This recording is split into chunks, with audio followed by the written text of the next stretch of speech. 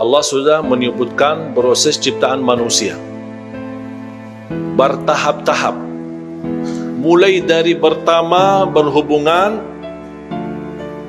sampai dalam titis air mani itu, sampai terbentuk, sampai bunyi ditiup ruh, sampai diciptakan, sampai menjadi bentuk baru atau bentuk yang berbeda, intinya menjadi manusia.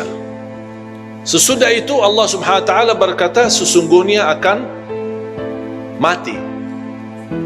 Sesudah mati akan bangkit. Dan di situ kata ada dalam bahasa ayat Al-Quran itu thumma. Kalau kita perhatikan ayatnya, coba dari habis ayat 13, 14, ini semua mulai dari awal ya. 13 kan awalnya thumma kan? Diperhatikan. Kalau dalam bahasa Arab kata thumma itu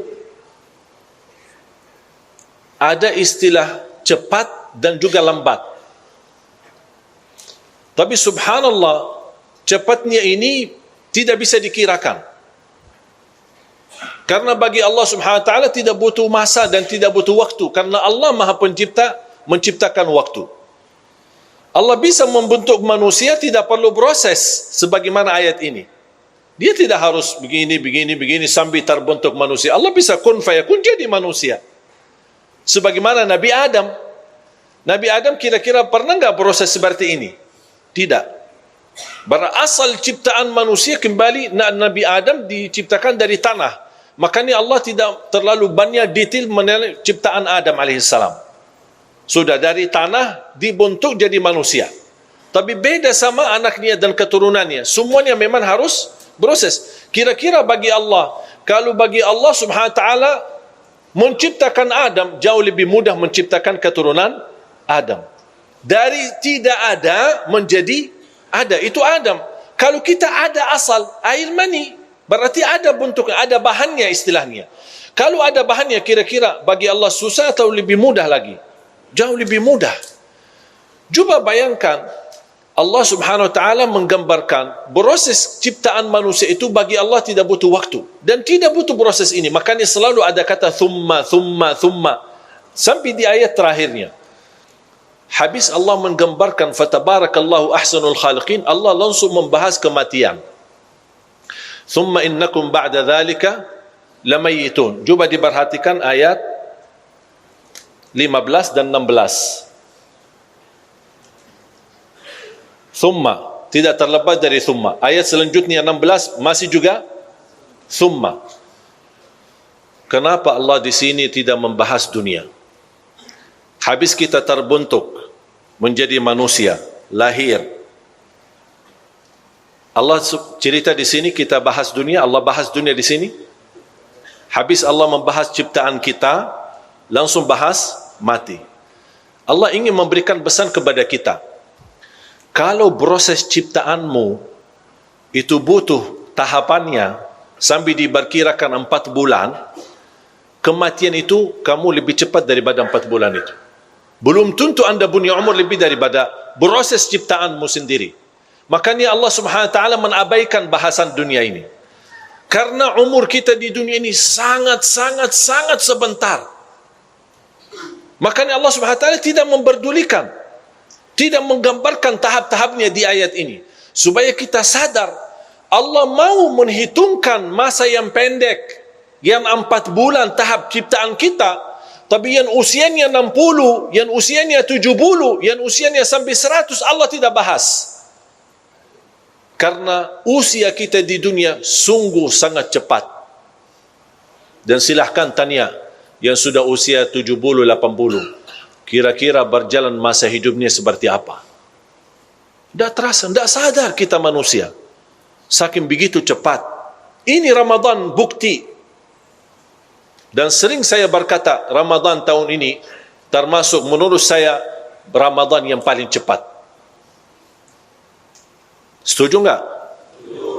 Tidak terasa. Sampai banyak cita-cita, banyak keinginan kita, banyak orang di antara kita punya hajat. Ada yang barangkali sebelum masuk Ramadan, ada yang niatnya mau i'tikaf, ada yang niatnya mau khatam Al-Quran, ada yang niatnya mau buat kebaikan. Belum sempat. Sudah berlalu, sudah habis. Saya gambarkan bagaimana Imam Syafi'i mampu mengkhatam 60 kali di bulan Ramadan. Saya sudah sendiri mencoba menghitungkan waktu. Satu kali khatam membutuhkan 10 jam. Berarti Imam Syafi'i 2 kali khatam 20 jam. Berapa yang tersisa? 4 jam. Ngapain Imam Syafi'i 4 jam? Tahajud, tidur, urusin keluarganya, cari nafkah dan rezeki. Bagaimana? Cuba bayangkan.